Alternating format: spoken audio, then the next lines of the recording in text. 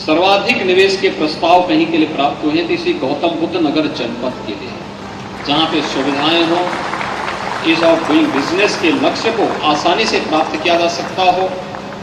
जहां पे बेहतरीन कानून व्यवस्था की स्थिति हो, वहां पे निवेश इंफ्रास्ट्रक्चर को देख करके, वहां पर दी जाने वाली सुविधाओं को देख करके, वहां की सुरक्षा के बेहतरीन वातावरण को देख करके आता है। और आज ये दृश्य हम सबको यहां पर देखने को मिलता है, प्रदेश में देखने को मिलता है। और ये पहली बार हुआ है कि उत्तर प्रदेश के सभी 75 जनपदों में कुछ न कुछ निवेश जरूर हो रहा है। यानी जो जनपद कभी एस्पिरेशनल डिस्ट्रिक्ट माने जाते थे, जो विकास की दौड़ में पिछड़ गए थे, शिक्षा, स्वास्थ्य, कृषि और जल संसाधन, स्किल डेवलपमेंट और रोजगार, वित्तीय समावेशन, इन सभी में जो काफी पीछे थे, उन जनपदों को व्यवस्थित रूप से विकास की मुख्य धारा के साथ जोड़ करके निवेश के एक बेहतरीन गंतव्य के रूप में स्थापित किया गया। और इस ग्लोबल इन्वेस्टर समिट में प्रदेश के अंदर सभी 75 जनपदों के लिए कुछ न कुछ निवेश के प्रस्ताव प्राप्त हुए। आज प्रदेश की कनेक्टिविटी बेहतर हुई है। प्रदेश की राजधानी लखनऊ से पूरब की हो या बुंदेलखंड की कनेक्टिविटी हो, पश्चिम से मध्य और पूर्वी उत्तर प्रदेश को जोड़ने के लिए कनेक्टिविटी हो या एयर कनेक्टिविटी, उत्तर प्रदेश के अंदर बेहतर हुई। प्रदेश के अंदर हमने एयर कनेक्टिविटी को बहुत बेहतर किया है। जिस उत्तर प्रदेश में 2017 के पहले मात्र 2 एयरपोर्ट मात्र क्रियाशील थे, आज उस उत्तर प्रदेश में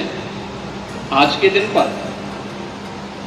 9 एयरपोर्ट पूरी तरह क्रियाशील हैं। 12 एयरपोर्ट पे वर्तमान में कार्य चल रहा है और इस वर्ष के अंत तक उत्तर प्रदेश 5 इंटरनेशनल एयरपोर्ट वाला देश का पहला राज्य होगा। भारतीय रेल की दृष्टि अगर हम देखते हैं तो रेल का सबसे बेहतरीन नेटवर्क उत्तर प्रदेश के अंदर है। 16,000 किलोमीटर का रेलवे का network, eastern and western dedicated freight corridor Uttar Pradesh से होकर के जाता है। उनका जंक्शन भी इसी जनपद के अंदर प्रदेश में है। यानी प्रदेश की इन सभी संभावनाओं को आगे बढ़ाने के साथ साथ वाटरवे की संभावनाओं को भी, देश का पहला वाटरवे नंबर 1 इनलैंड वाटरवे, यह उत्तर प्रदेश के अंदर वाराणसी हल्दिया के बीच में प्रारंभ हो चुका है। और शीघ्र ही प्रदेश के अंदर अपना स्टेट का इनलैंड वाटरवे अथॉरिटी भी गठित होगा, जिसके माध्यम से हम प्रदेश के अंदर जल मार्गों के माध्यम से कार्गो की सुविधा को आगे बढ़ाने की, इन संभावनाओं को भी आगे बढ़ाने का कार्य करेंगे। प्रदेश तेजी के साथ आगे बढ़ रहा है। एशिया का सबसे बड़ा इंटरनेशनल एयरपोर्ट इसी जनपद में जेवर के पास वर्तमान में तेजी के साथ बन रहा है।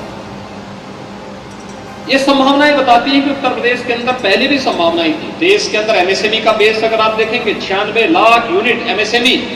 उत्तर प्रदेश के अंदर है। और उनके प्रोत्साहन के लिए 1 डिस्ट्रिक्ट 1 प्रोडक्ट की योजनाओं को आगे बढ़ाने का कार्य हुआ है, जिसने उत्तर प्रदेश को एक्सपोर्ट के एक हब के रूप में विकसित किया है। मैं यहां पर देख रहा था, जब पूरी फैक्ट्री को मैं देख रहा था, इस पूरे संस्थान के अंदर जब मैं अवलोकन कर रहा था, मुझे तमाम युवा साथी मिले, अलग अलग जनपदों से आए हैं। किसी ने डिप्लोमा किया है, किसी ने डिग्री अपनी ली है, कोई यहाँ फुल टाइम जॉब कर रहा है, कोई इंटर्नशिप में यहाँ पे काम कर रहा है। और इस अवसर पर मैं एडवर्ड टेक्नोलॉजीज से इस बारे में कहूँगा कि हमें अपने युवा को अभी से तकनीकी रूप से सक्षम बनाने के अभियान के साथ जुड़ना होगा। केंद्र और राज्य सरकार दोनों इस दिशा में पूरी संवेदनशील तरीके से कार्य कर रही है। हम वर्तमान में प्रदेश के 2 करोड़ युवाओं को हम टैबलेट और स्मार्टफोन वितरित कर रहे हैं, जो तकनीकी दृष्टि से सक्षम बन सकते हैं। एक युवा जब अपनी डिग्री या अपना डिप्लोमा ले तो उसको नौकरी और रोजगार के लिए भटकना न पड़े। उसके सामने शासन की स्कीम उसके सामने हो, उसको जानकारी हो पीएम मुद्रा योजना क्या है,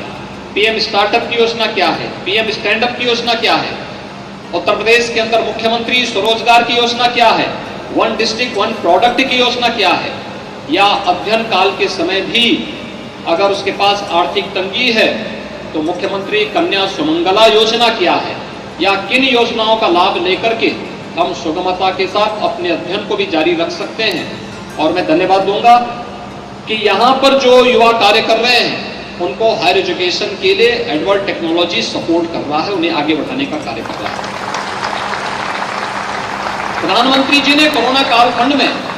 नेशनल एजुकेशन पॉलिसी घोषित की। नेशनल एजुकेशन पॉलिसी इस बात के लिए हमें स्वतंत्रता देता है, हम अपने रोजगार के साथ साथ अपने अध्ययन को जारी रखें,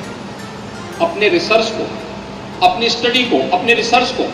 और फिर आपको लगता है कि इसमें और बेहतर करने की संभावना है तो उसमें पेटेंट दाखिल करने के लिए भी आपको अपने आप को तैयार करना चाहिए। एक प्रक्रिया के साथ जुड़ना, उससे आगे बढ़ना। इनोवेशन आज की मांग है, और एक जो ये कार्य यहाँ पे किया है राज्य के अंदर भी, इस दिशा में हम लोग बेहतरीन अभियान को आगे बढ़ाने का प्रयास कर रहे हैं। हम लोगों ने कहा बहुत सारे लड़के ऐसे हैं जो अपना यूजी की डिग्री लेने के बाद पीजी की डिग्री के लिए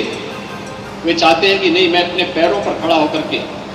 अपने अभिभावक पर बोझा न बन करके स्वयं अपने पैरों पर खड़ा होकर के कार्य भी करूं और साथ साथ डिग्री भी लूं। इसके लिए टेक्नोलॉजी का उपयोग करके कैसे हम उनको ऑनलाइन एजुकेशन के साथ जोड़ सकते हैं, कैसे पार्ट टाइम एजुकेशन के साथ उन्हें आगे बढ़ाने का कार्य कर सकते हैं, डिस्टेंस एजुकेशन के साथ जोड़ने की प्रक्रिया क्या हो सकती है, इन सब पर भी राज्य और केंद्र सरकार दोनों कार्य कर रहे हैं। लेकिन साथ साथ मैं आपसे इस बारे में कहूंगा कि एक इंस्टीट्यूशन को इंडस्ट्री के साथ जोड़ने के अभियान के साथ इस एडवर्ड टेक्नोलॉजीज को जोड़ना चाहिए। अच्छे युवा मिलेंगे और यहां पर जो युवा आएगा वो कार्य भी करेगा, और साथ साथ उस युवा को सीएम इंटर्नशिप स्कीम या पीएम इंटर्नशिप स्कीम के साथ जुड़ने का अवसर प्राप्त होगा। इसमें आधा मानदेय आप देंगे, आधा मानदेय राज्य सरकार या केंद्र सरकार उन्हें उपलब्ध करवाएगी, और एक समय के बाद उनके इंटर्नशिप का कार्य होने के बाद उसके पास एक अनुभव प्रमाण पत्र होगा, और फिर मार्केट में उसके प्लेसमेंट की भी व्यवस्था राज्य सरकार के माध्यम से या फिर स्वयं इस संस्थान के माध्यम से अगर हो सकती है तो हम लाखों नौजवानों को स्वावलंबन का एक नया मार्ग दिखा सकते हैं। इसलिए इंडस्ट्री के साथ इंस्टीट्यूशन का जुड़ाव, और ये उसी दौरान होगा तो उसके थ्योरेटिकल के साथ साथ प्रैक्टिकल जानकारी भी उस युवा को होगी, और हमारा युवा तकनीकी दृष्टि से किसी भी अन्य युवा की दृष्टि से देश और दुनिया के अंदर एक स्किल मैन पावर की दृष्टि से उत्तर प्रदेश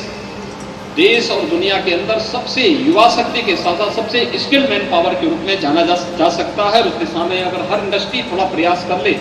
और शासन की इन योजनाओं के साथ अपने आप को जोड़ ले तो हम हजारों युवाओं को इंटर्नशिप स्कीम के साथ जोड़ करके उन्हें रोजगार और उनके उज्जवल भविष्य की राह दिखा सकते हैं। मैं एक बार फिर से एडवर्ड टेक्नोलॉजीज को एक समय सीमा के अंदर इस कार्य को, इस निवेश को ग्रेटर नोएडा में करने के लिए और इसमें इतने ढेर सारे युवाओं को रोजगार के साथ जोड़ने के लिए हृदय से धन्यवाद देता हूं। मैं यहां पर इस अवसर पर औद्योगिक विकास विभाग को, ग्रेटर नोएडा अथॉरिटी को और इस पूरे अभियान को एक समय सीमा के अंदर पूरा करने के लिए जिन लोग भी लोगों ने कार्य किया है उन सब